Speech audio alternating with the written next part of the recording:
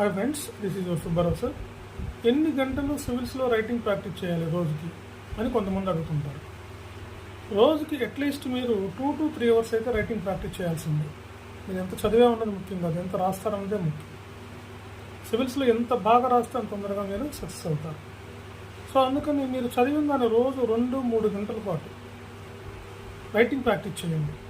Previous questions తీసుకుని answer రాయండి, లేదా నోట్స్ తయారు చేయండి, లేదా ఓన్గా కూర్చొని రాయండి, లేదంటే మీరు చూడకుండా రాయడానికి ప్రయత్నం చేయండి. ఒక బుక్ పెట్టుకోండి, ఏం చదివారు ఇవాళ అంతా చూడకుండా దాన్ని ఒక స్ట్రక్చరల్గా రాయండి. దాన్ని ఒక 200 వర్డ్స్ వచ్చేటట్టుగా రాయండి, 150 వర్డ్స్, 200 వర్డ్స్, 250 వర్డ్స్ వచ్చేటట్లుగా రాయండి.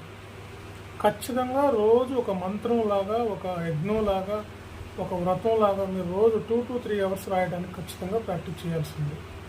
మీరు చూడండి, టాప్ ర్యాంకర్స్ అంతా ఇదే చెప్తుంటారు.